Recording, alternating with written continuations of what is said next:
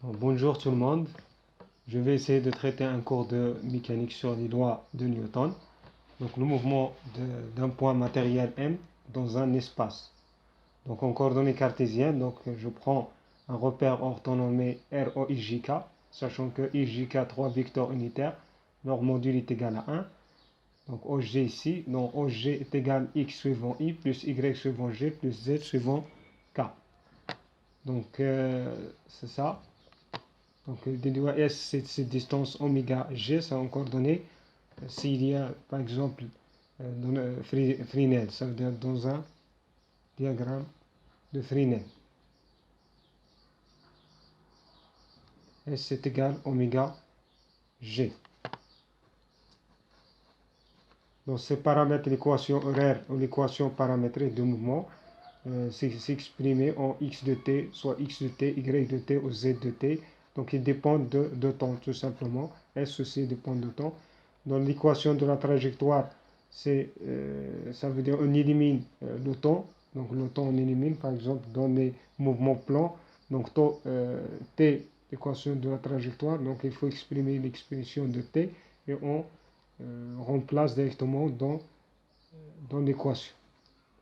Donc, vecteur vitesse, c'est la dérivée de vecteur position par rapport au temps. C'est ça, VG, le centre d'inertie d'un point, le centre d'un point matériel, par exemple G, c'est la dérivée de OG sur DT.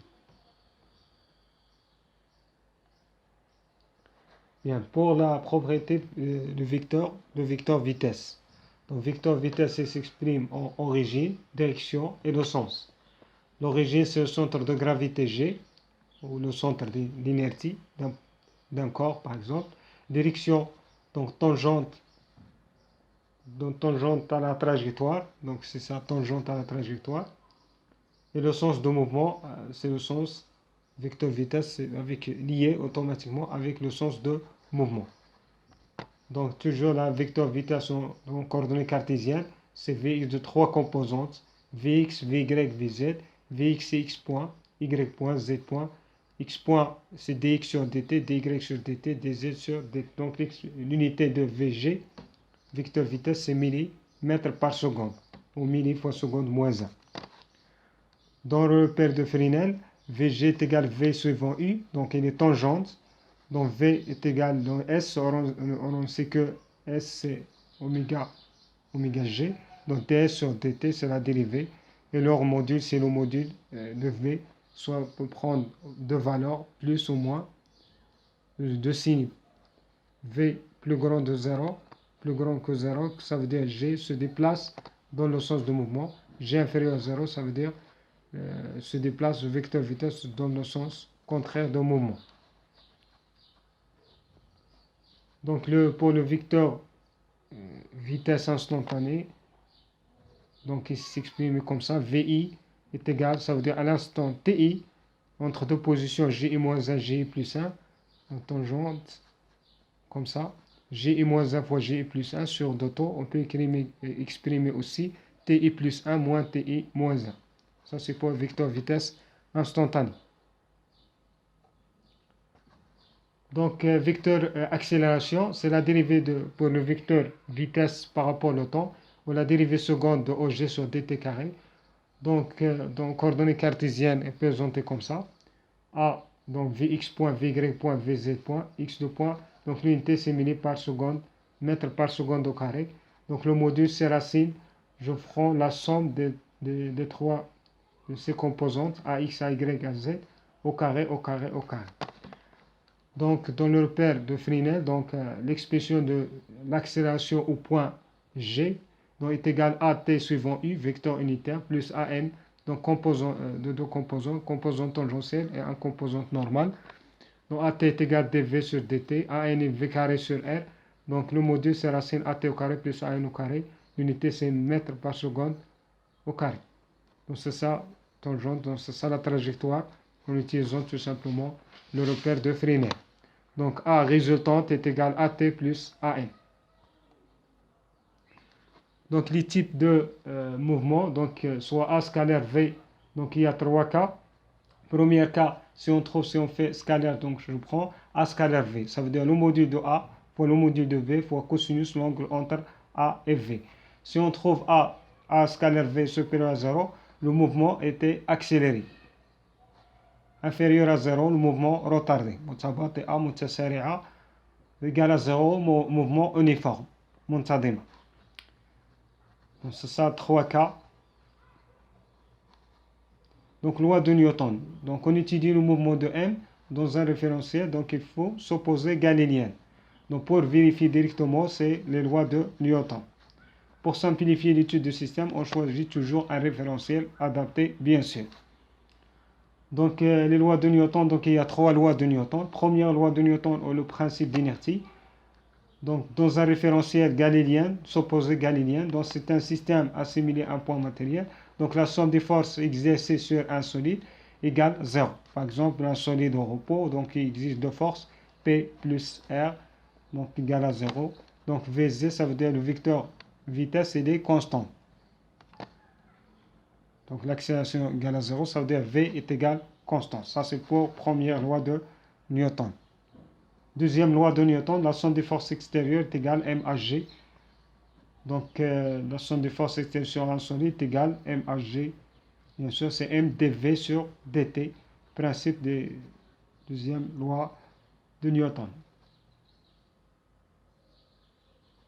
La troisième loi de Newton, c'est le principe des actions réciproques. Donc je prends deux points ponctuels par exemple, ou les planètes, par exemple de corps. Donc deux points O et P, donc F de A sur B, donc B vers A, et F de B sur A, mais donc A vers B.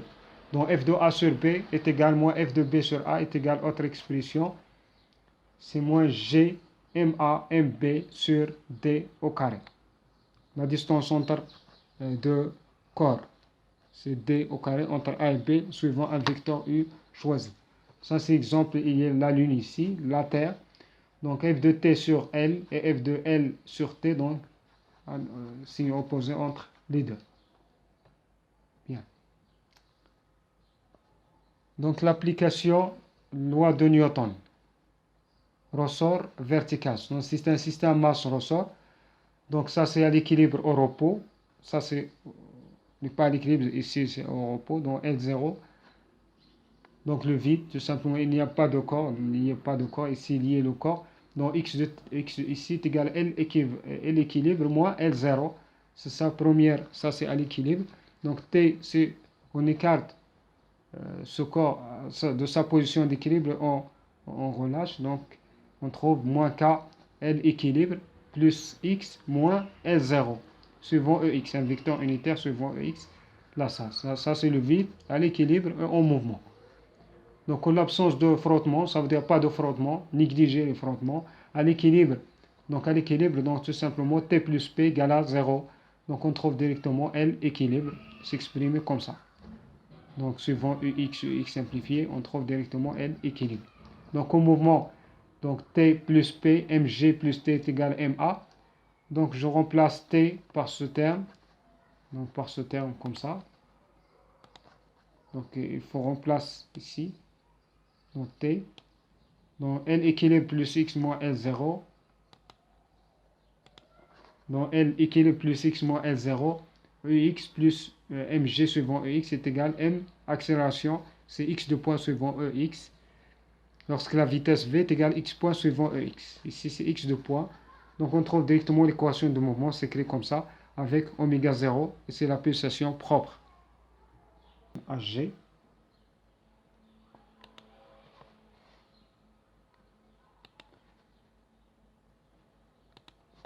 Donc la somme des forces extérieures est égale directement égale MHG